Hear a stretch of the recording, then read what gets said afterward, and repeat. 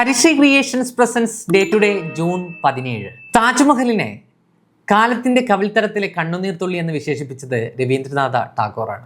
താജ്മഹൽ എന്ന് കേൾക്കുമ്പോൾ നമുക്ക് ആദ്യം ഓർമ്മ വരിക ഷാജഹാനെയും മുംതാസ് മഹലിനെയുമാണ്.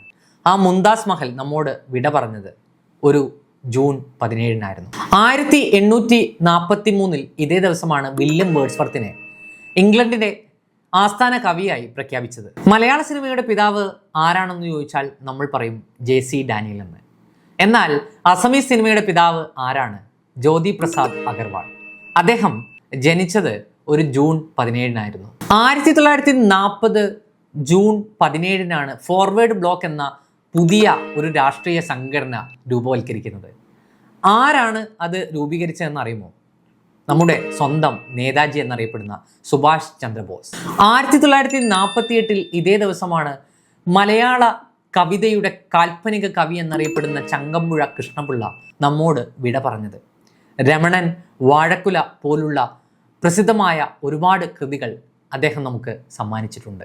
2017 കേരളത്തിന്റെ മുഖച്ഛായ തന്നെ മാറ്റിമറിച്ച കൊച്ചി മെട്രോ പദ്ധതിയുടെ ഉദ്ഘാടനം നരേന്ദ്രമോദി നിർവഹിക്കുന്നത്. 2019 ഇതേ ദിവസമാണ് ശ്രീലങ്കയുടെ ആദ്യത്തെ ഉപഗ്രഹമായ രാവണ 1 വിക്ഷേപിക്കുന്നത്.